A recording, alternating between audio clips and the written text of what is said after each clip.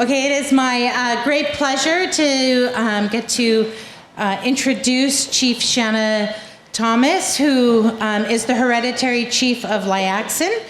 And I will let Sarah speak a bit more to her family, but I just want to take a little bit of time now to speak to so much of the amazing work that Chief Shana has been able to do for not only her people, but for all of us who live in, work in these areas, in this territory, but also who get to learn from the amazing leadership and philosophies around governance that she both espouses and puts into action. And I had the great pleasure of getting to hear from Chief Shana Thomas a number of times now, and have always been so moved and inspired by her words. She served 8 years as the elected council member for the Laxele'wuts'aat First Nation from 2002 to 2014, and was elected by the Coast Salish Chiefs of Vancouver Island to be the Coast Salish representative for the First Nations Health Council, and as such was part of the negotiating team that transferred the Pacific Region Healthcare Canada to the First Nations Health Authority, which for those who don't know is really the first of its kind in Canada. She was elected by the Chiefs of the First Nations Summit as Treaty Commissioner to the BC Treaty Commission, work she did from 2009 to 2011, where she facilitated tripartite treaty negotiations. She's also worked for the Hulkameedum Treaty Group in the capacity of Communications Director, then Senior Negotiations Support. She's worked with Chief Judith Sayers and was the negotiator for the, I'm going to mess this up. Heepichesek. Heepichesek? I was like, it's right there and not. Thank you so much. Heepichesek First Nation. And she was retained as a sessional instructor as well, teaching First Nation studies at Vancouver Island University, as well as here at the University of Victoria and at Camosun College. And she's also been engaged in a lot of consultation, where she's had the privilege of working with various First Nations and First Nations organizations from across BC and Canada. Furthermore, in addition to all of that amazing work for so many others, she's the mother of 2 and the grandmother of 4. So, you know, as if the morning hasn't already been so rich and full of amazing speakers, we are so grateful to be able to have Chief Shana Thomas here with us to speak a bit around governance and care. And of course, we'll just let Sarah do some more of the introductions, but we're also so grateful for Sarah Morales and all the work she does, and we've given her the hard task of having to interview and I think really highlight all the amazing work that Shana has done. So Thank you.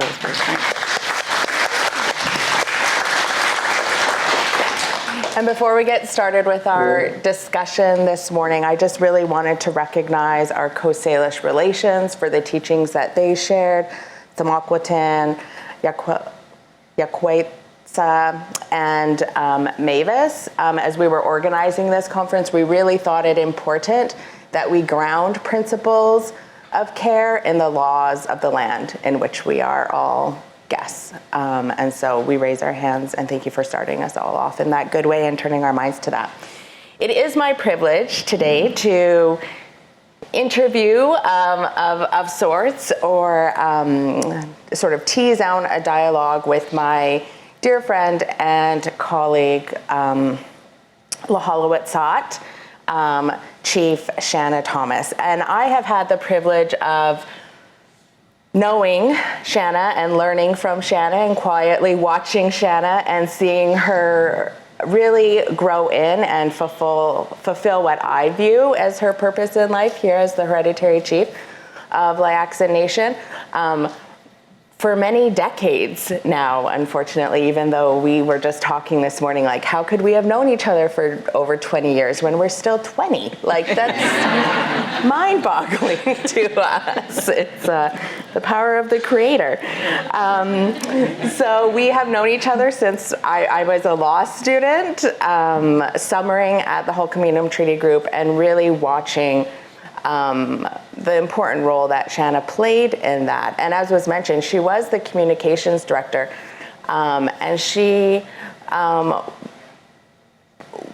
you could tell she was was always sort of destined for this. As in being the communications director, you could see that her purpose wasn't just to communicate to our communities what was being done or what was being said, but to really bring them along in that journey and really make sure that they were being engaged in a good way to make sure that they saw their vision reflected in, as you heard from Stephanie Atleo, what is still being negotiated 30-something years later, this process of treaty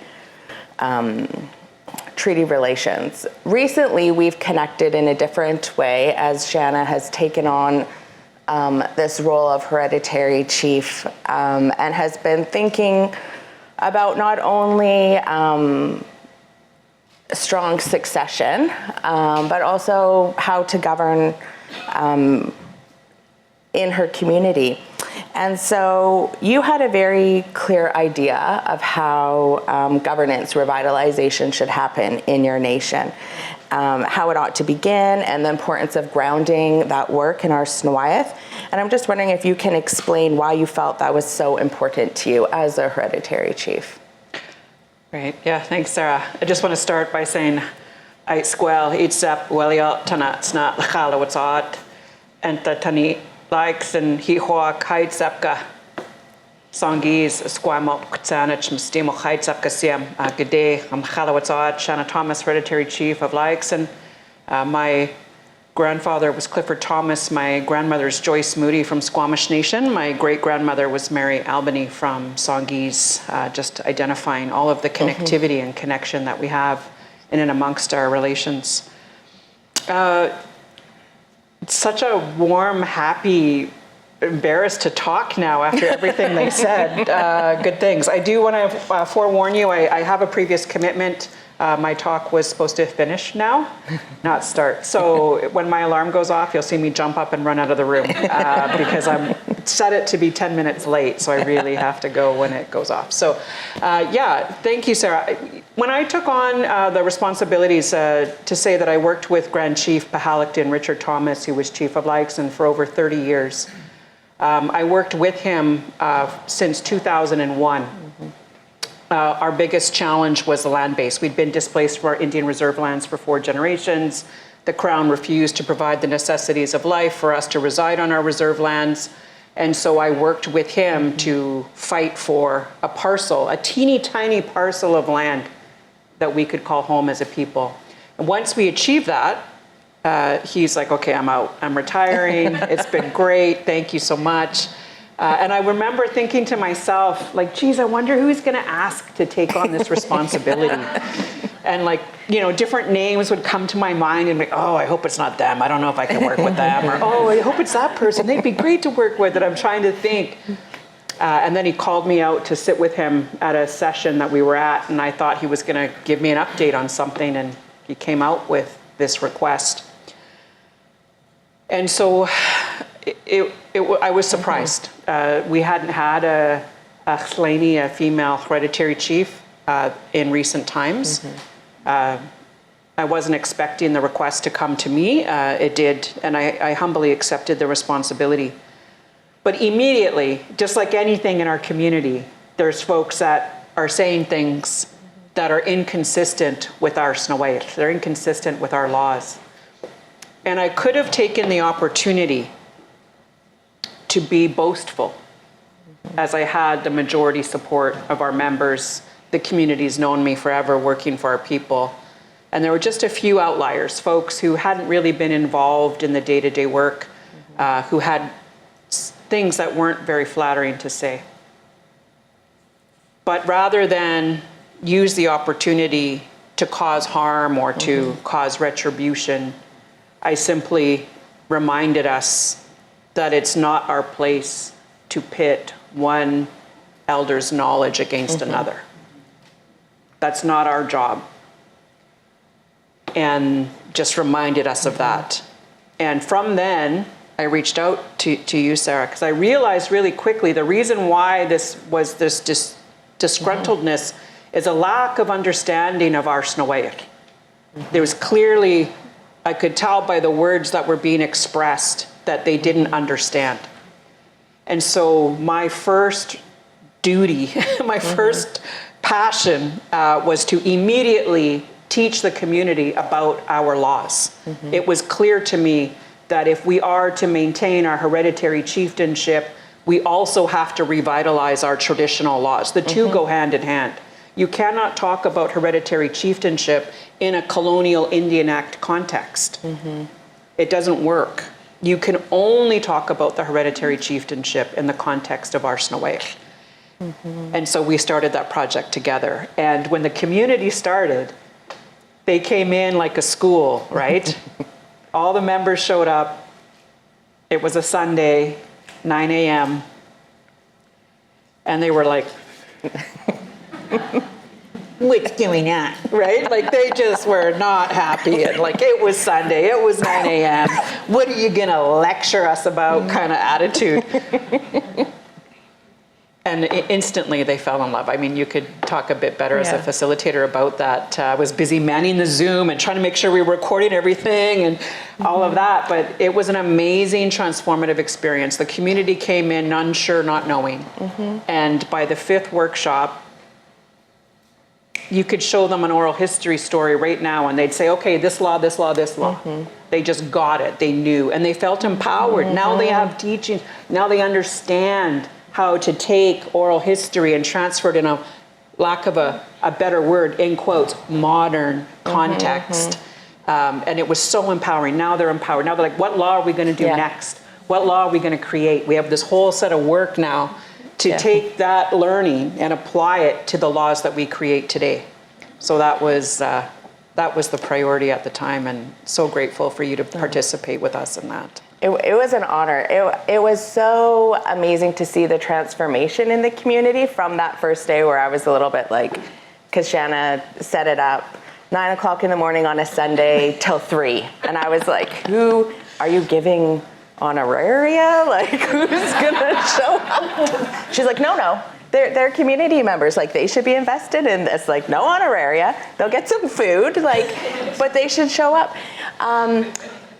And just to see, I mean, there was care in that leadership as I saw Shana, push them through difficult conversations and dialogue to create safe spaces to let them all know that they all carry wisdom, that they all have a role to play in the governance and health and well-being of the community. It was really impactful to me as a facilitator to be part of that process. And they were so bought in by the end. As we were doing our wrap-up circle, I'll never forget,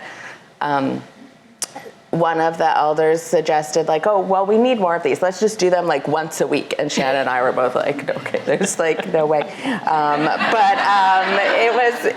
It was beautiful to see them all, and it really changed the dynamic, I feel, of that community and how they saw themselves in that. It was also amazing to think about the principles that came out in these work, and the community identified principles that they thought should govern this law revitalization project. And can you speak to a little bit of some of those principles, or the ones that resonated with you as a leader of that community? Absolutely, yeah. The community did a great job, and some of the fundamental principles, and for those of us from the local communities, these words resonate, they repeat themselves, they show up over and over again. Things like revitalization. We have to do this together. It doesn't matter what family you're from, it doesn't matter who the chief is, this is for all of us, and we all have to participate and belong. So that principle of revitalization.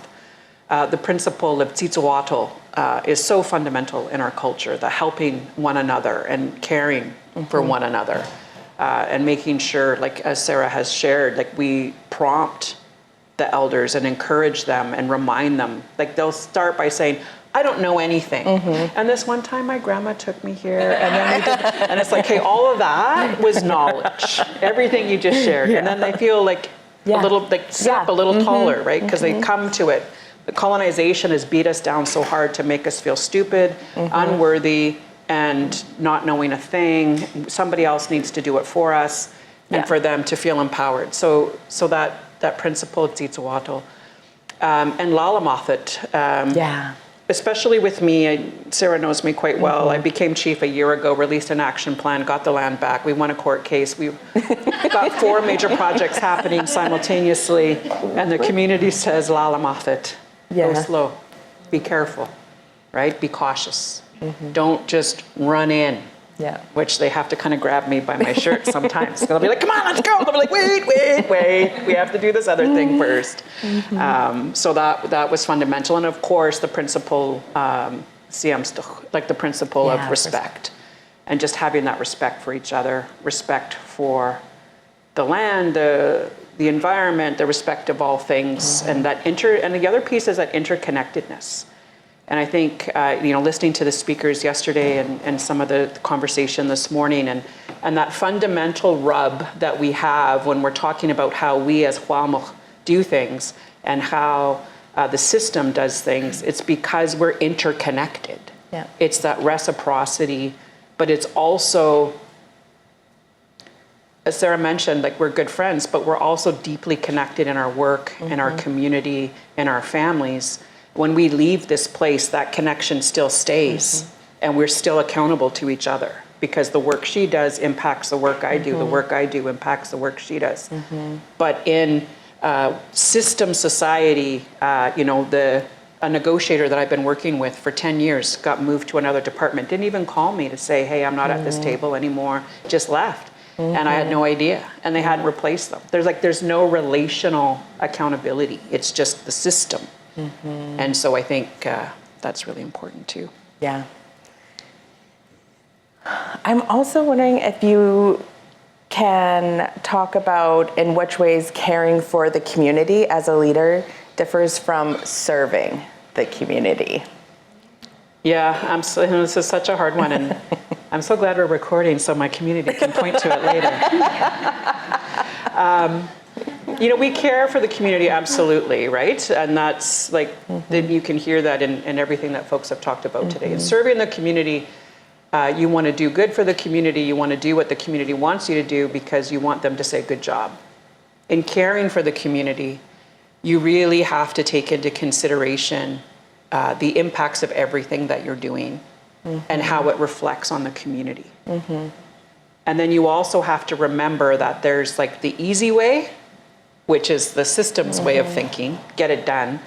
But then there's the Hwamach way. And one of my elders used to always say to me, and I apologize for the crassness of the words, but they are what they are. One of my elders used to say to me, it's so easy to be white.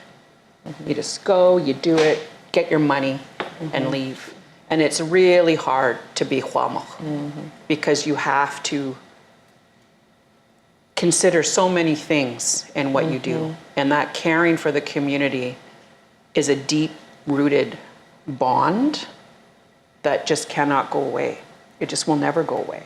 And serving is just doing what they ask. Caring is being responsible, being accountable. And as you mentioned earlier, nudging along, right? Helping to see the things that you can see for them that they can't see for themselves. Beautiful. Yeah, that reminds me of we have a word in our Hulkaminam language, CM, which, some people say means respected person. Some people interpret it to mean high class or wealthy. But if you're CM, it's not that you have like a lot of material goods. It's that you have a lot of strong connections. And lots of those strong connections and relationships are based on the knowledge you carry because you understand the teachings, you understand your family lineage, you understand protocols to activate those relationships that then connect you further out in the Coast Salish world. And I think about that when I think about our leaders, who we often refer to as CM, is there are these people with just their minds turn to the strength of their relationships and the importance of maintaining and cultivating and generating that knowledge. And I see that in the work that you have done and continue to do in that way, reflected in those words that you've shared. I also think about, the challenges that leaders like yourself face in trying to embody an ethic of care within these systems now that are really shaped by colonial laws and structures.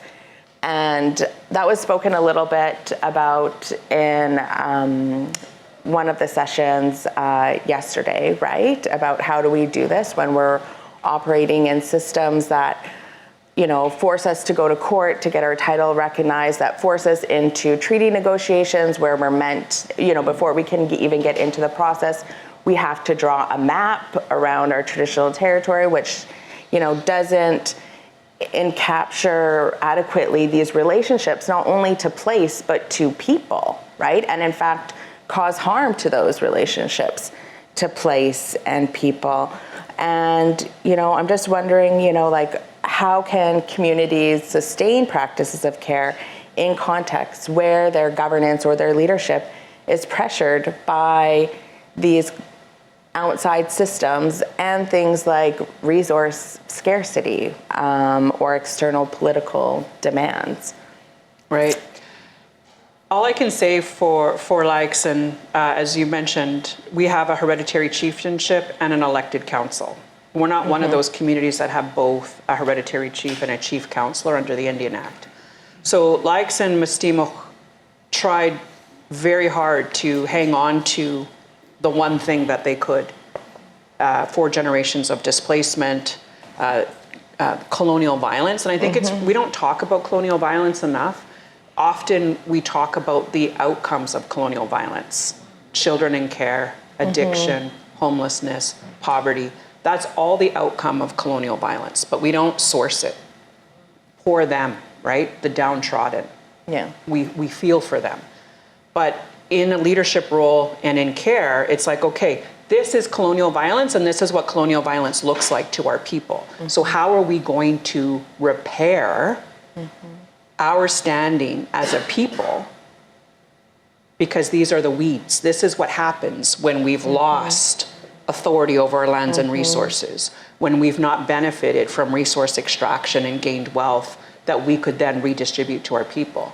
As you mentioned, chieftainship isn't, oh, I'm the chief and look at me, I got a fancy car and I'm great. That's not chieftainship. Chieftainship is, here's resources that I can now make sure all of the members have access to benefit whatever they need to benefit from. But we've lost that ability to redistribute wealth within our community, which is the primary role of the chieftainship, was to protect, to control access, and to redistribute wealth. And the more wealth you redistributed, the more respect you gained and the more responsibility you had. Never power, always responsibility. And so when we think about the challenges we face today, now we've got Indian Act bans, we've got elected chiefs and councils, and nothing against it, just to say that's the system. But people have been in that system for so long that they forget our way. The Kiiwetinepinesiik Nation just went to court, right, and won a major title case. A big part of that title case was a hereditary chief from Laxele'wuts'aat, and he was a war chief. My name, Laxele'wuts'aat, is the female version of Laxele'wuts'. Laxele'wuts' was a war chief, and that's what my community was known for. War. Yay! That kind of fits now. But when I got my name, one of my elders came to me, and I was young, and you're all excited, I got my name, yeah. And an elder came up and said, oh, good for you, you got your name. I said, yeah, now I get to create war. And he said, he looked at me and he kind of nodded and said, respectfully. And I kind of thought, what is he saying? You walk away as a young person thinking, oh, what does he know? What does he mean, create war respectfully? That's ridiculous. But over the years, I've really reflected on that comment. And today I can say I have a deeper understanding of what my elder was trying to teach me when he said, yes, you have the ability to create war, but you have to do it respectfully. And just that constant iteration of our kinship and our relationships and that deep understanding of how what we do affects others just really resonates. And so with the Kiiwetinoong Nations litigation, that's the communities, Kiiwetinoong tribes, Chemainus, Penalachet, Chalelt, and Laxele'wuts'aat, although Laxele'wuts'aat was not a quote-unquote plaintiff in the litigation. Grand Chief Pahalakton did testify, and our Chief Shashaya was a central figure in that litigation. You know, it causes harm because it's 150 years of alienation of our people from our village site. And what they don't talk about in the media is that that land was set aside for the creation of a reserve for the Kiiwetinoong Nation. And then the person who was supposed to do it, Richard Moody, went there and went, wow, this land looks great. Love it. I think I'm going to sell it. I think I'm going to sell it to myself. Like, it's the greatest land theft atrocity that's recorded in colonial time, like written down. That's the one thing about the colonizer. They're so arrogant, they didn't have a problem writing everything down. And then I sold it to myself. And, it's like, okay. And now that land has been returned. So instead of talking about the land theft and the atrocity that was committed against our people, we're talking about the Indian Act, and this Indian band was placed here with this reserve and this Indian, that's what we struggle with. And especially for myself as hereditary chief, Prime Minister called all the chiefs to Gatineau to meet with him to talk about the expedition of resource extraction of our people's communities and territories. Hereditary chiefs were not on that list. And I told them that when I spoke. I got in, of course. Oh, yeah. And I said, hereditary chiefs, you didn't include them. And then they're acting like, well, of course, like they're shocked that I'm surprised. Because they assume hereditary chiefs are cultural and they don't understand the role of hereditary chiefs in our work. I think I'm straying, but that's like the biggest challenge is recognizing nationhood, not reservations, and having other people understand the responsibility that comes with chieftainship and not Indian Act electoral cycles.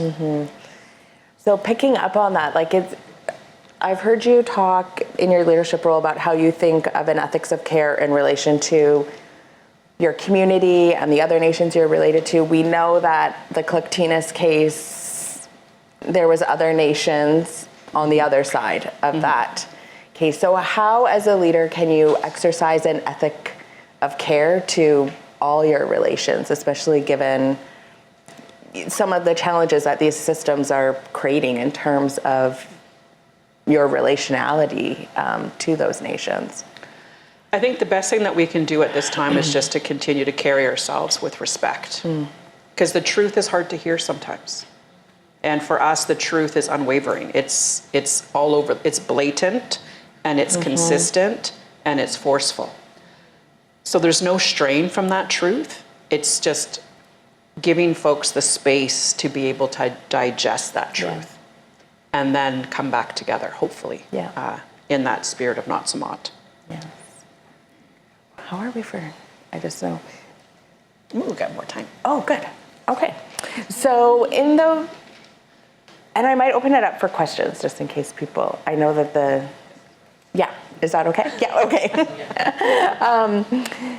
So, your community identified priority areas of law that they wanted to start with. I think that was really motivated in thinking about those discussions from their obligations of care that they felt to be more pressing. And so how do you think those teachings that we unearthed during that process and identifying those priorities will help shape sort of your governance version or vision for Laxele'wuts'aat in the future? Yeah, I think that it's amazing because it's really opened eyes. I'm still reeling from the oral history story that we reviewed on the flood. And I use it very often now in my work, and we've actually quoted it in our communications plan because it was so powerful, and the community was completely overwhelmed by it as well. And for folks who aren't familiar with the story, just really quickly, and this really talked about governance and responsibility too. There's the water, right? Water's coming, it's raining. I sound like the Game of Thrones, winter is coming, but rain was coming and it wasn't stopping. And the community was panicking and everybody's talking and they've got all these ideas. Of course, I'm oversimplifying this. They have all these ideas and they're arguing amongst themselves and they tried this and they tried that and nothing's working to protect them and they're running all around. And then finally the chief says, enough, like knock off the crap. You do this, you do that, you go do this, and you do this, now go. And everybody just was like, ugh, and went and did what was told of them. And then they had to make some hard decisions. They knew that they weren't going to make it because it simply wasn't a way to save them all.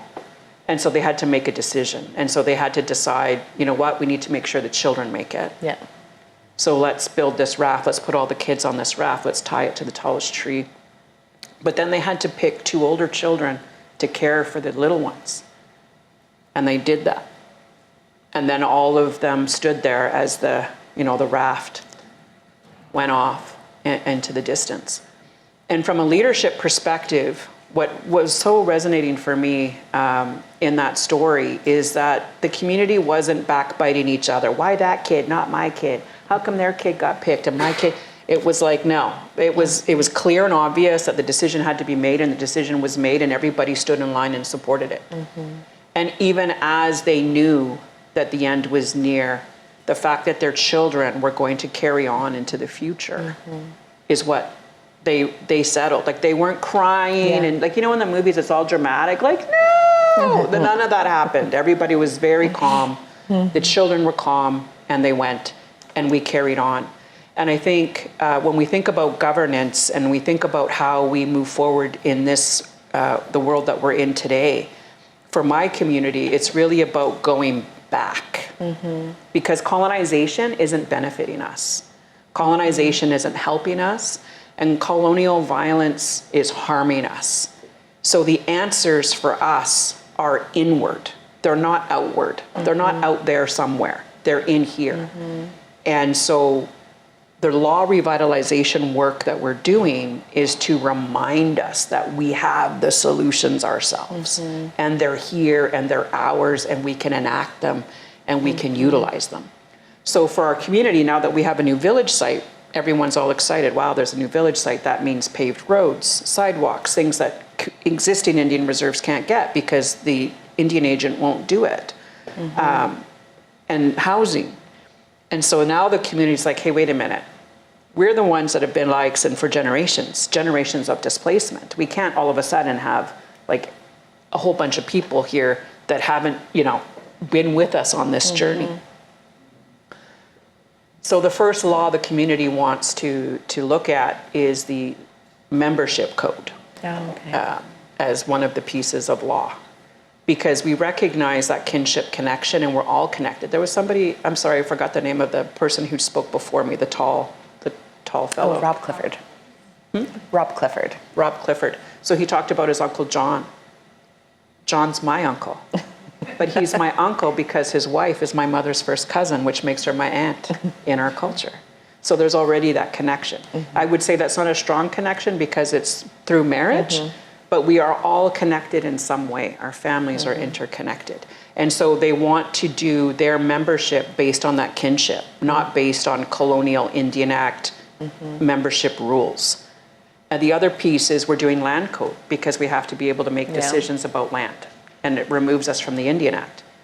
But then there's our way of being responsible to land. So we're going to have this land code for the Indian Act and the colonial systems, but simultaneously developing our land stewardship, reciprocal relationship with the land law to revitalize our law. And similarly with marine. People talk about a marine law, but they're just codifying colonial structures and calling it a law. Our goal is to bring back our teachings, that reciprocity, our relationship to the natural world and what that means in terms of our responsibility. And Laxele'wuts'aat sees itself in a position to be able to do it because we're not in the system yet. We're off reserve, like we're 4 generations displaced. We count on nobody for anything because they don't give us anything anyway. And so why not utilize that position of strength and bring back the things that really matter? So that marine stewardship and relationality, the stewardship component to the land, the tamach, and then our kinship connection to each other is the places where we'll start that work. Even though our application was denied, we're going to fund it ourselves. Just had to throw that in. Yeah, this really resonates with me. So I've had the opportunity to work with other of the Kiiwetin nations in developing legislation. And this first piece of working with community and helping them to recognize principles is so foundational to helping them see the Laxele'wuts'aat within the drafted piece of legislation. Because we can, but because we're living in this intersocietal world where our laws, the example I'll use is this child and family wellness legislation I've helped with Kiiwetin. It will be looked at by provincial court judges. So to put the flood story in there means something to my community, but non-Indigenous, non-Kiiwetin provincial court judge wouldn't really know what to do with that. And so we have the principle of respect in that law. And we give teachings, but what motivated how we developed processes was really thinking about how people viewed respect as operating within that context of child and family. And one of the projects we did was a project where we just asked kids who are currently, for lack of a better word, like engaged in with the system, like what can adults do to help you feel safe and cared for? And we offered them money, it was before Christmas, if they submitted anything. And so I'll never forget, there was this one little girl who filmed a video, and she was like 6 years old, and she was showing us around her room and her teddy bear or her nightlight that helped her feel safe and cared for. Or when someone held her hand, she said, when she went into the big stores like Superstore or Walmart, that helped. There was a young boy who wrote this beautiful poem. He was 17, he was about to sort of age out, and he just talked about like, I feel safe and cared for when people listen to me. Like when I have a voice, when I feel like I'm heard. It was this beautiful poem about that. Another girl shared, she's like, I would feel safe and cared for if people just stopped talking about my mom like she's a bad person. Right. Like that it was damaging that relationship. And so within the law, although we preserved the anonymity of those voices, but we tried to develop processes that then gave children a voice throughout every aspect. That thought about how do we show respect to those relationships that, might be, we keep thinking like, how do we protect those we love from those we love, or how do we show love to everybody within this circle, recognizing that the way you protect a child is by expanding the amount of people who are in their circle, not removing people from that circle of care. And so I really have seen like the transformative potential of doing this law's revitalization, but the necessary step, because we're not, for the most part, the legislation is like one articulation of our law, right? Law lives in the home, law lives in the stories, law lives in our songs, in our ceremonies. I think about the stories Deborah shared yesterday, that it really resonated with me, like the drum carrier and the responsibility for that. But just how this, especially because of how our families and our communities have been alienated from our laws, or I like to say there's been a shadow cast over our laws. We have to bring them into the light and see them in our way before we can think about how our laws relate to others. And so I think that's really a vision that you have grabbed hold of and are working forward with your community. And I think it's an advantage. I got to be honest. My community is at an advantage. Yeah. I am an iGov alumni. That is a huge advantage. And I just have to say that. Like, that's, like, it's not like I'm not some mystical person that came up with a great idea. My undergrad is in political science. My master's is in Indigenous governance. Yeah. And so I have been training for this my whole existence. And had the honor, like, we don't get to talk about it very much, Sarah and I, publicly, but we had the privilege of sitting with our elders. And those of you from community know and understand that we are at a cusp. We're at the first generation of elders who have knowledge because somebody told them. Whereas the elders lived it out on the land, fishing on the Kiiwetinepinesiik River over on the mainland, now referred to as the Fraser. They lived it, and they're sharing their experience.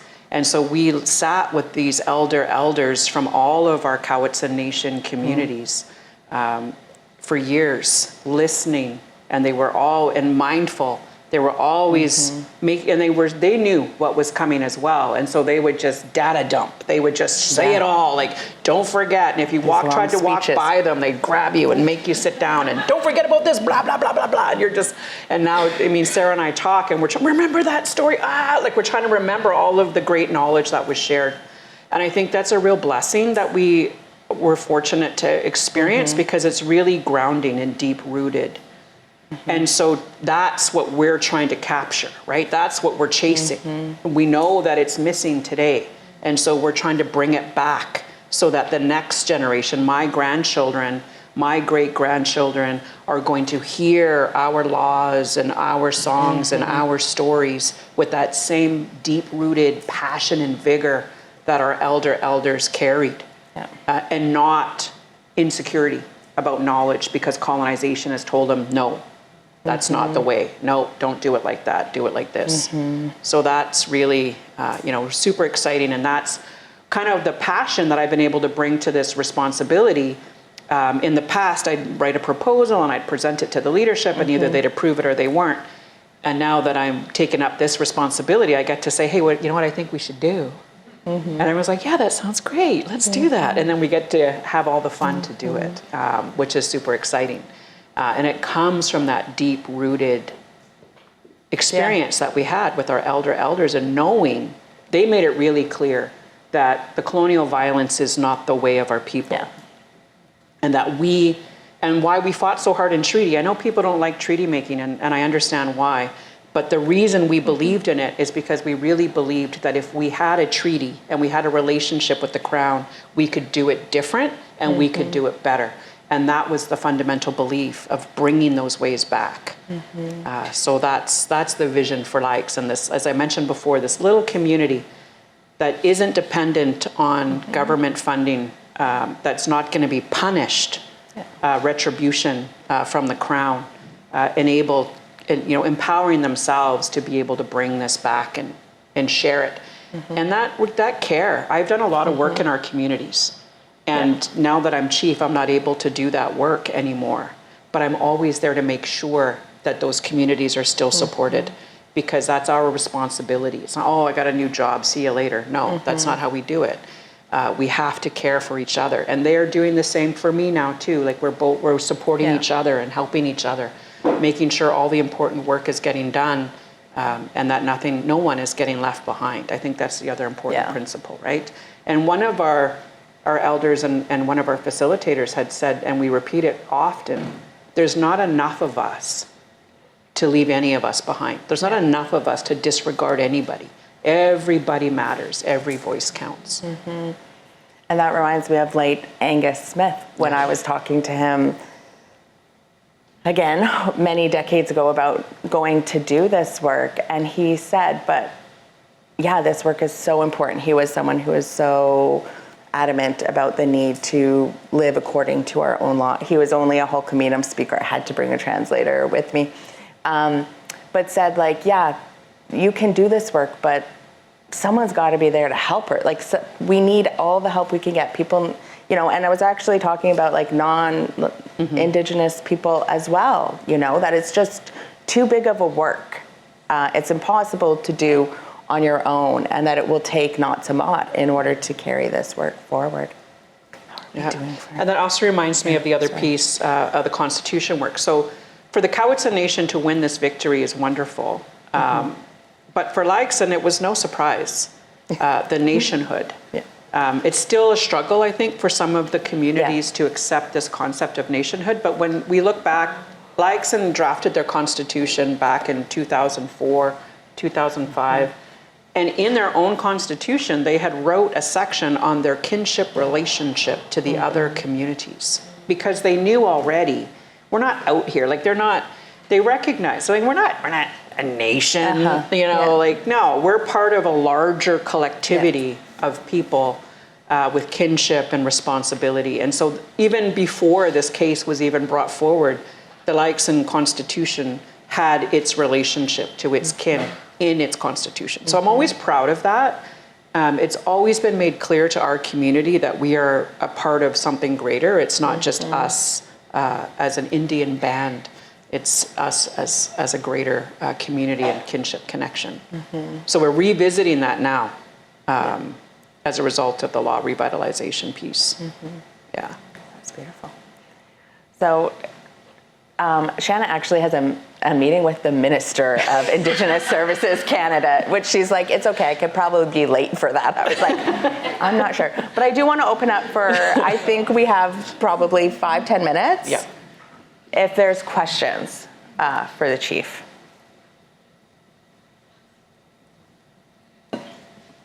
No, I did so good explaining it. Sorry, I'm forgetting my job is the mic job. Questions? I think so. I can ask you another one of these. You love it. I think we did the themes. Shana, it was really good to hear you speak, and we haven't seen each other for a long time. So to get the hashasa, the interesting news, and being kept in the loop about that, and then Ruth bent my ear about something related to the Street family in Victoria. And so I don't know the context for Laxele'wuts'aat and your population, but something that's always on my mind, and because I had an early experience again with late Philip Paul when they were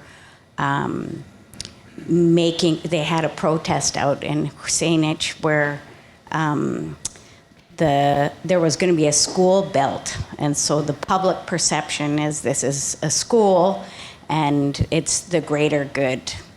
And he was able to organize people, and I remember being there. I was a teenager, and I remember being there, and they had coffee and the things like you described. So I'm just kind of looping back into some of the things that you're saying.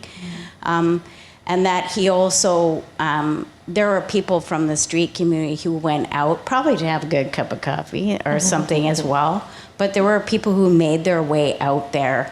And that impacted me a lot in terms of the work that I do around, personally around reaching out to that community. So how do you balance being a leader and knowing all of the things that we face and kind of stay focused and clear and grounded? And I guess I would say that in the context of New Channel people, there's over 80% of our people are in Victoria, and spaces that are public and safe for us to be even have lessened over time rather than increased. But when I've, done workshops and stuff, there are people in those communities who speak the language, who know our songs. And so I'm interested in, making that connection between those members, but just wondering a bit about how, to be still in the context of today, to be a hereditary chief and share, make sure everyone's fed, I guess it's just a very huge responsibility. Yeah, and so it made me think of that, and I've really appreciated hearing from you. Heidi, thank you for that. To start, I know Sarah's from Kiiwetin tribes and she lives off reserve. So she probably didn't get food fish this year. So I brought her a jar of salmon. This morning. our constitutionally protected right to fish that we just recently won. Our team went out the next morning to fish, and I brought her a jar of salmon. No, but I appreciate that in that, you know, that struggle, right, of how do we balance that, and how do we know, and what do we do? And I can tell you wholeheartedly, and I heard some of the conversation yesterday, like we talk about 7 generations and that accountability, responsibility, and linear time.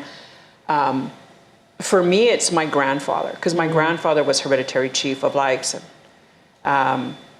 And so he's always with me, and I know he is. And spiritual leaders have confirmed that. And then my name, Laxele'wuts'aat, the female version of Laxele'wuts, is a name that has been with our people for centuries. And so for me, how I do it is that deep rootedness in who we are, and unwavering. I have zero doubt about our people, our laws, where we come from, who we are, our ceremonies. I completely and wholeheartedly believe in that. And the Creator just consistently shows it. I don't know if anybody saw me over here. I was fretting at how late we were this morning, fretting. You could probably feel it oozing off of my body. And then I just had to give in and say, I'm gonna be late. And I told Sarah, I'm gonna be late. I texted my team and I said, I'm gonna be late for the meeting with the minister. And they responded, oh good, she's gonna be late too. Creator, you did it again. I'm sitting there freaking out. And it's like, no, meant to be, right? Yeah. Meant to be. And so when the Creator keeps showing you those things over and over again, and just super lucky. I think kinship is a big piece of it too. Like you have to be close to your kin and know that connectivity, because they're always there to keep it real. Doesn't matter who you are, you're always going to be that person, right? And so that kinship piece. And then with the community, it's like you said, I'm lucky my community is not like a 5,000 member multi-village community like Kiiwetin is.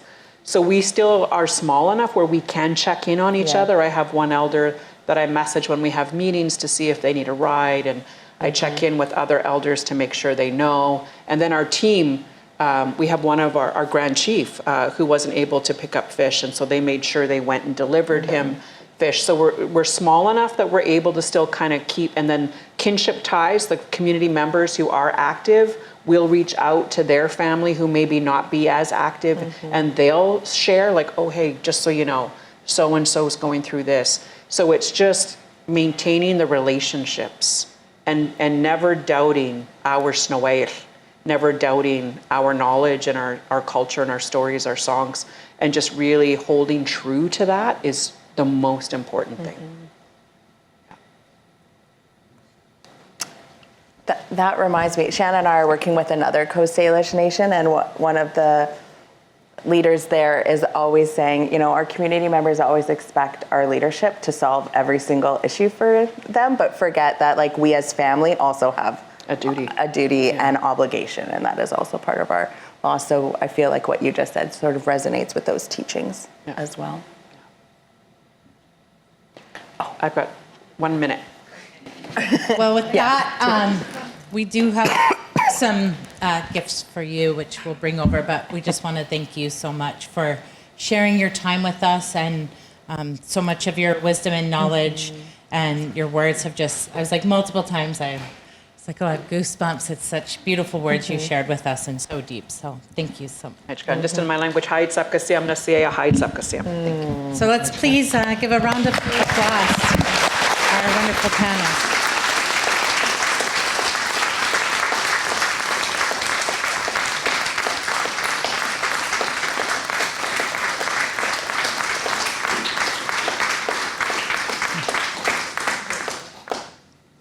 So we're going to go ahead and take a 10-minute break. Also, just to give an update on the agenda, because as you can see and as has mentioned, we are moving a bit off of the written agenda to, you know, hopefully just a holistic, taking care of those that are coming in and sharing all their knowledge and teachings with us. And so what we're going to do is we're going to take a 10-minute break, and then we're going to move into the next panel.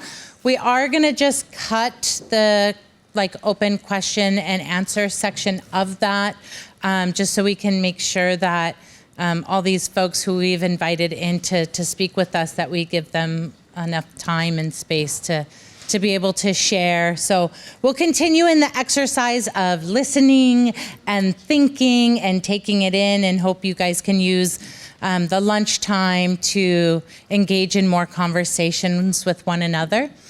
Also, just a reminder for those who are interested, we are going to cut the lunch as well down to an hour, but there will be the option to take a tour of the new National Center of Indigenous Law, name to come check out that space. So if you're interested in doing that, we'll make an announcement about 15 minutes after people have had a chance to get food to culminate. So thank you.